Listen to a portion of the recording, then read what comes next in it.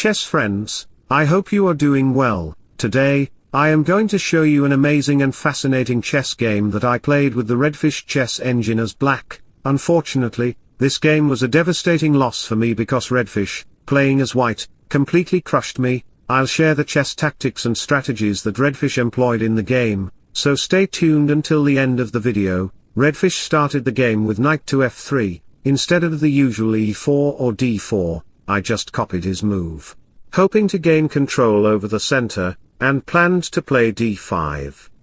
We have c4, opening up the queen's diagonal, and by playing c4, he is unable to place his bishop on the c4 square, but that's fine for him, as he will play the normal variation of the queen's gambit. After two moves, this position transformed into the queen's gambit, where black often plays d5, followed by moves like knight to c3, bishop to b4, and other possible moves. As my arrow shows here, even bishop to b7 can be played to control the diagonal where the bishop can zoom his camera to spy what people are doing in the hidden places of a park. Now after knight to c3, I didn't consider the bishop to b4 move in my game, avoiding the Nimtso Indian, because white can also play bishop to g5, after h6 and exchanges, queen to a4 will follow with the idea of playing e3. This position will continue with both opponents, I mean both black and white, without major advantages in the game. I have to make the game very complex and spicy, like the food I order, because I love spicy foods. In our actual game, I considered bishop to e7 to protect the knight, so RedFish couldn't play bishop to g5, but RedFish played it anyway. Why, RedFish? Why did you play this move? I am protecting the knight. You didn't need to play bishop to g5, but he played it because he copied my name, my UCI engine, like a cheater in an exam room. Anyway, you can see that as black, I want to develop on the queen side and get my queen into play. We had e3, castling, and rook to c1 by RedFish. Here, I moved my knight back to the d7 square, attacking his bishop. Where should the bishop go? It moved back to the f4 square. RedFish thinks he's playing very well, but as black, you have to play very carefully. If you make any typical move, like knight to b6 in this position, RedFish can play c5, creating a great wall to block attacks. Then after b4 and a3, as far as I am concerned, you can see that a pawn war will unfold on the queen side, lasting for 10 moves, like European wars fought for land and to conquer kings. The pawn war will happen on the chessboard, but my pieces, like my bishop and knight, aren't well developed. This isn't good for me. Going back to the original, I discovered that knight to b6 is not a great move, so I captured the pawn on c4, but capturing the pawn on c4 was inaccurate for me because, after the capture, you can see that my pieces are very passive in the center. 70% of my pieces are passive and frozen by the weather change, as winter has arrived in my country, and my pieces are sleeping under the blanket. I placed my knight on the f6 square because it needs to run and protect these center squares, defending against the e-pawn infiltrating. After a few moves, I focused on playing c5 to open up my position and my bishop. We have e4, RedFish is trying to dominate the center with his pawns. Here, what move should I consider?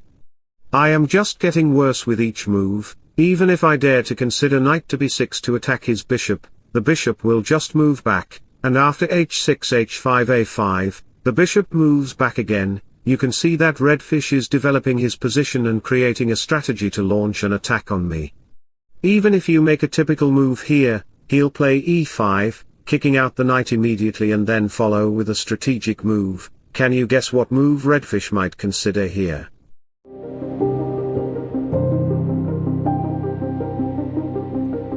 The move is astonishing. Bishop takes h6, sacrificing the bishop right on the board. If you capture the bishop, queen to c2 comes in with an attack and threatens checkmate on h7. Black would then have to play f5, with no other options. After the exchange, queen to g6 will appear on the board, attacking black's king. The king will face malaria in his stomach and suffocate from the winter cold because he has no heat, fire, or electricity, making it a nightmare of a position. The knight can move to e5. And the bishop can go to g6, as my arrow shows. Going back to the position, we discover again that knight to b6 is a poor choice. you can't play this move or any standard move, therefore, I played b5, pushing my pawn forward, and the bishop moved back to d3, then b4 happened, and we had knight to a4 in the game. RedFish still controls the center, and if he gets a chance, he will push the pawn forward. That's RedFish's plan. After a few moves, even e5 was considered, and I needed to think a bit in this position about knight to d5, which could have attacked the bishop. Many players might think bishop to g3 would be a good move and imagine eating ice cream outside the university or college where they study, but then black can attack by playing c5. This is not ideal. You need to place your bishop on a strong diagonal, as RedFish did in the game. Bishop to d2 came next, pressuring my kingside with the bishop pair. His bishop pair is like a nunchaku martial arts opponent attacking my king, who is fat and lazy, lying on the bed eating chips. Here, if you make a typical move with black, whenever you can't find a good move, you play any pawn or king move or a standard development move. a5 looks like a development move, but then the queen will come to e2, and a few moves later, RedFish will consider knight to c5, attacking the space. After the capture, a pawn capture will happen on the board. You may think that these pawns are wasted, but that's not the truth in my eyes, because human eyes are attached to fear, jealousy, hate, revenge, and desire. They might think that these pawns are wasted and serve no purpose in life. But that's not the truth. The truth is that they block my bishop's diagonal completely on the board. Even bishop to a6 is not possible because RedFish is defending it well, and after queen to c7, if you play rook to e8, RedFish will immediately consider queen to e4. You can see how he is attacking my pawn. I mean, he will be able to attack my pawn, and after g6 appears, white can consider bishop to h6, gaining access to the file. After the bishop moves, the queen moves here. You can see how RedFish develops his tactics to attack my kingside. This position will give enough positional advantages to RedFish. With the 2 points of advantage in attacking the pawn, now you can see that white can move his knight back to e4, gaining access to the f6 square, and the queen will control the diagonal. This position is good for him to attack because black's pawn structure is very advanced. He can join his rooks on the board, and life will be very good, as if you could go to the park, take some selfies, and upload them to your social media account. So, let me share an inspirational quote in sudden with you. Life is not about waiting for the storms to pass, it's about learning how to dance in the rain. Alright, so going back to the position, we discovered that playing a5 would not bring any advantage for me. Instead, it would benefit RedFish. Therefore, I moved my knight back to exchange some pieces, because when your pieces are very passive, it's better to exchange them rather than keeping them inactive. Now we have bishop to e4 from RedFish, attacking the pawn on c6, and many players might think of bringing the queen out to c7. This move develops the queen and protects the pawn, so you can capture the pawn on b4, sacrificing the bishop on the board. This sacrifice is crucial because whenever someone sacrifices a piece, it may be a blunder or a brilliant move. In most cases of human chess, sacrificing a piece is often a blunder. You can again see how I taught you that whenever your knight, queen, and bishop are positioned to attack the kingside, you can often sacrifice your bishop as a great gift on h7, then after knight to g5 check and the king moves.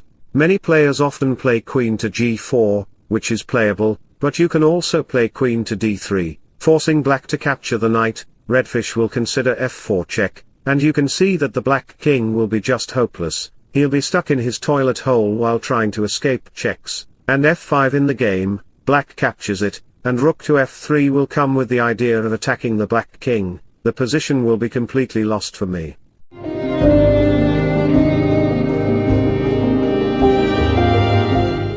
Alright, going back through all the variations, we discovered again that any typical move would be bad for me. Therefore, I exchanged the knights, and at this point, playing a5 was a good move to consider, but I decided to play rook to b8. Many chess players might consider bishop takes b4 because it's a free pawn, but nothing is free in this world. You have to sacrifice something to get something, and black will capture the bishop. After the capture, I will consider bishop to a6.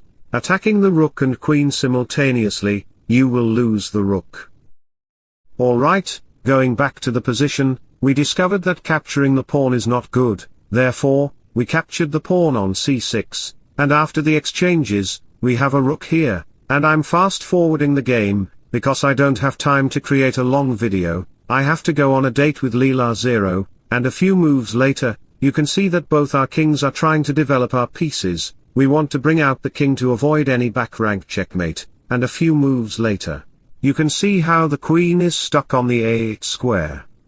I already told you that with black, it's very difficult for me to win this game, slowly but surely, this position is getting worse for me because finally, RedFish gets his two connected pawns, a few moves later, you can see how RedFish is trying to protect his position, pushing his pawns forward, if he finally pushes his b pawn, he'll slowly but surely advance it, and this position is just worsening for me, there are no serious advantages for me because his king is very well protected.